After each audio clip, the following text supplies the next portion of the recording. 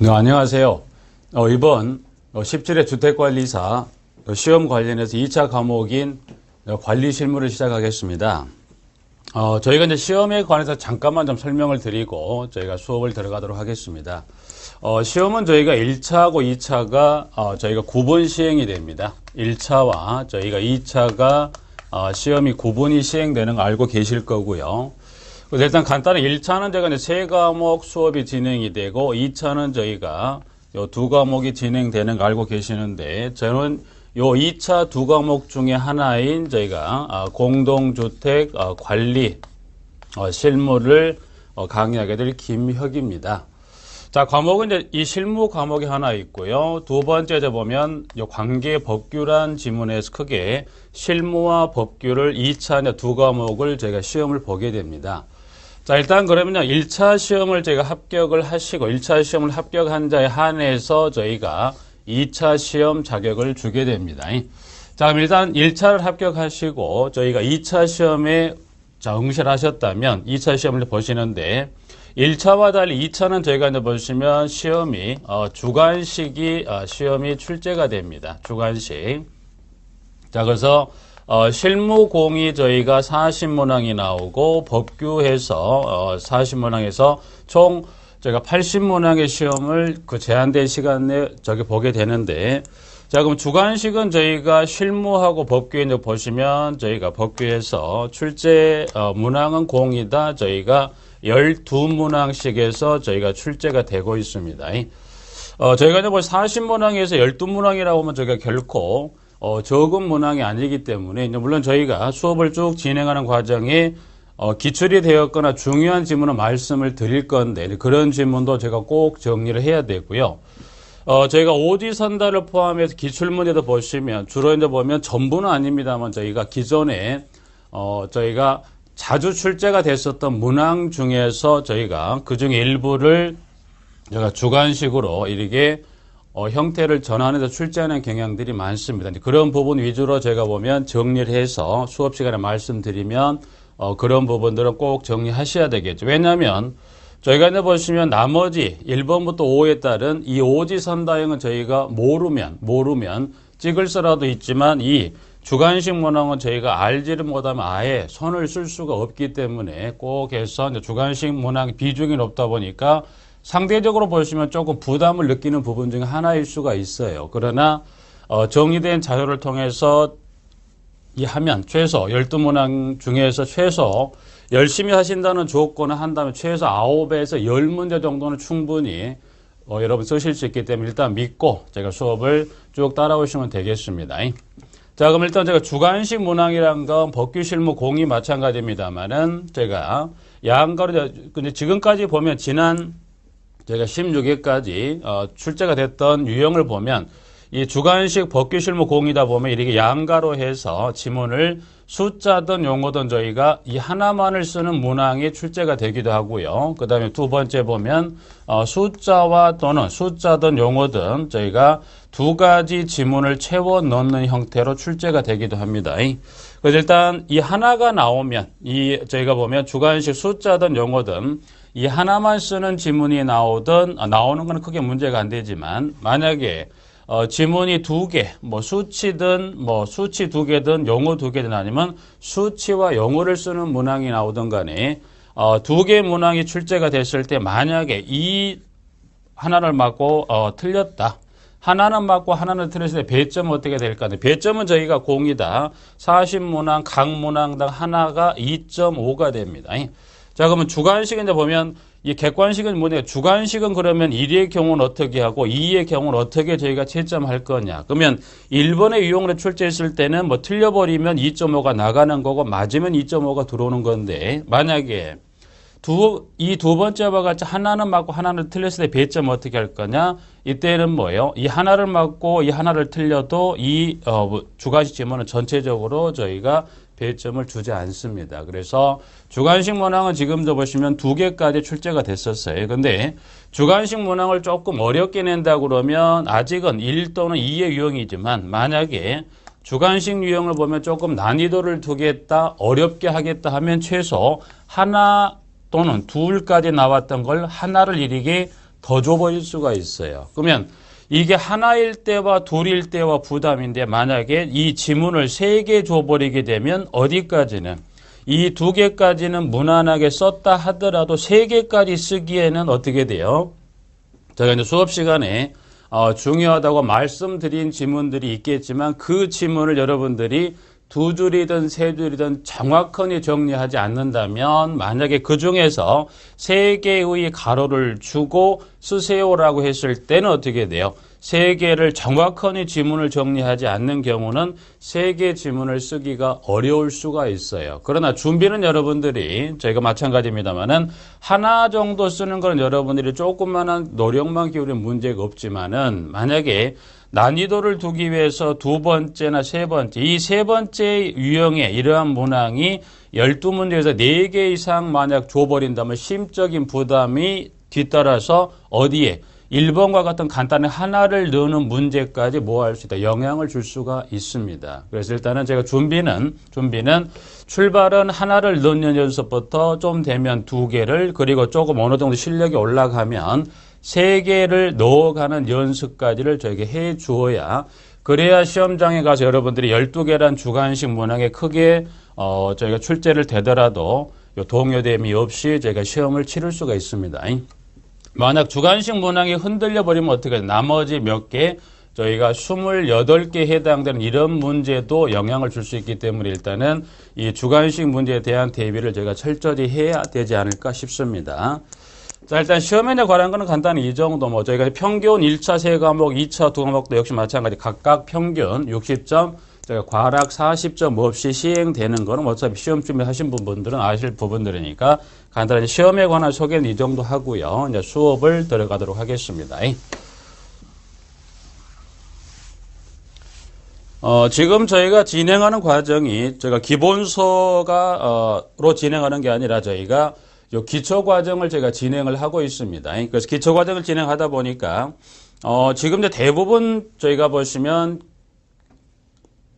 요 거주하는 형태가 그 아파트에 사시거나 또는 보면 이 시험을 준비하신 분들의 많은 분들이 그 현업인 아파트에 근무하신 분들이 많습니다. 근데 실제 보면 아파트에 근무를 하시거나 또는 이 거주를 하셔도 내가 살고 있는 아파트 또 내가 이 근무하고 있는 아파트를 하더라도 이 아파트 관련한 용어에 대해서는 실질적으로 보면 이 현실에 쓰는 용어와 저희가 앞으로 다루게 될 이 법령에서 쓰는 용어가 다른 내용들이 꽤나 많습니다. 그래서 일단 저희가 기초과정에 저희가 첫 시간이긴 하지만 저희가 이 하나의 공동주택단지를 저희가 예로 들면서 이러이러한 경우는 어떤 용어를 이러이러한 경우는 어떻게 저희가 불러야 되는지에 관한 용어를 한번 정리하는 시간을 먼저 갖고 저희가 수업을 들어가는 게 제가 좋을 거라고 생각이 됩니다. 자, 그래서 일단은 저희가 보면 주택인데 제가 이제 보시면 관리할 사업장은 저희가 단독주택이 아니라 저희가 공동주택을 관리하는데, 이제 하나 예를 들어서 이제 보시면 이렇게 하나 볼까요? 하나의 예를 들어서 저희가 노량진 아파트다. 자, 노량진 아파트입니다. 자, 노량진 아파트를 하나 짓고자 합니다. 이름은 노량진 아파트예요. 자, 그러면 이 노량진 아파트를 저희가 짓고자 합니다. 그러면 이 노량진 아파트를 지으려면 뭐 해야 돼요? 하나의 땅이 있어야 됩니다. 그래서 땅을 제가 보면 이렇게 확보를 했어요. 자, 땅을 이렇게 확보를 했습니다. 자, 그러면 노량진 아파트를 짓고자 해서 이 하나의 땅덩어리 내에다가 뭐예요? 일정한 시설이나 기타 등등을 여기다가 집어넣어서 거주할 수 있는 공간을 저희가 만들어 주어야 되는 게 맞죠. 자, 그러면 이 하나의 땅덩어리 내에다가 일정의 거주 공간 등을 포함한 여러 가지 시설을 집어넣는데 누가 이 노량진 아파트를 지어야 됩니까? 그럼 제가 통상적으로 보시면 누가 지어야 되나요라고 여쭤보면 대부분의 10분의 7, 8법은 시행사나 또는 시공사가 짓습니다라고 나오는데 저희는 앞으로 시공사나 시행자나 그런 지문이 아니라 누가 사업 주체란 지문으로 저희가 내용을 정리하시면 되겠네요. 자, 누가 노량진 아파트를 짓습니까? 이제는 저희가 사업 주체란 용어 마찬가지예요. 저희가 법규든 실무든 이제 보시면 이 시행사 시공자란 지문보다는 특히 이제 보시면 사업 주체란 지문이 저희가 간혹 자주 등장을 하게 됩니다. 그 사업 주체가 노량진 아파트를 뭐 합니까? 사업 주체가 노량진 아파트를 저희가 건설하겠죠. 그럼 이 하나의 단지 일단 제가 이후에 잠깐 보도록 하고 이 하나의 단지 일정 대상 시설물들을 건설했으면 건설로 끝나는 게 아니라 그걸 뭐 합니까? 건설했으면 그거를 저희가 필요한 자에게 뭐예요? 공급해 줍니다. 자, 공급했으면 공급으로 끝난 게 아니라 이거를 뭐 하더라? 저희가 이거를 관리합니다. 관리란 건 이 말이에요. 이 하나의 주택단지 내에 일정 시설물을 집어넣었으면 이 누가 지었다? 사업주체가. 그럼 사업주체는 건설도 하고 공급도 하고 바로 나가는 게 아니라 일정의 아파트가 초기 안정화되기 전까지는 누가 그 아파트 초기 관리를 하더라? 사업주체가 하게 됩니다. 그래서 사업주체는 하나의 단지를 건설도 하고 공급도 하고 초기 이 아파트가 안정화되기 전까지 뭐 하더라? 관리를 합니다라고 봐주시면서 이제 볼까요? 자, 그러면 건설합니다. 이 하나의 단지 내에 뭐를 저희가 집어넣어야 되나요? 사업주체가 그런 의문이 나옵니다.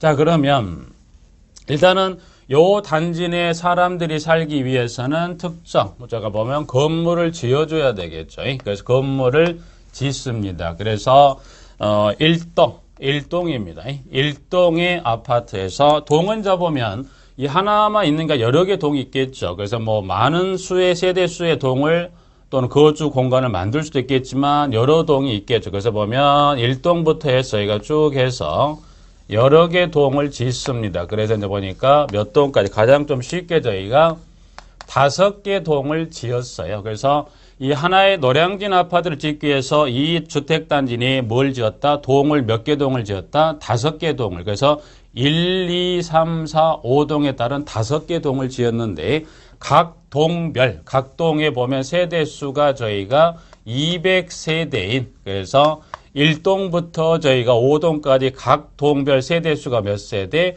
200세대가 되죠. 그러면 저희가 이 노량진 아파트에 공급되는 세대수는 전체적으로 1동부터 5동을 대했을 때 몇 세대가 됩니까? 전체적으로 보면 노량진 아파트에 공급되는 세대수는 저희가 보면 몇 세대? 저희가 1000세대인 아파트를 누가 사업주체가 일단 건설을 하겠다는 거예요. 그러면 건설한다는 것은 이 거주 공간이 뭐만 있으면 되겠다가 아니라 물론 거주 공간이 요 주택만 있으면 안 됩니다. 그러면 주택만 딸랑 지어놨죠? 자, 그러면 주택만 지어놨다는 건 뭐예요? 거주 공간만 있지 이게 외부하고 어떻게 돼? 이게 뚝 떨어져 있잖아요. 그럼 뭐 해야 돼요? 세대 이 내에서 생활하려면 물도 필요하죠. 전기도 필요하죠. 또 세대에 사용했던 물을 밖으로 빼내줘야 돼요. 그래서 기타에 관련 저희가 설비 등을 집어 넣어줘야 됩니다. 자, 일단 그러면 이렇게 하나 보죠. 일단 주택을 하나 먼저 지었어요. 일정에.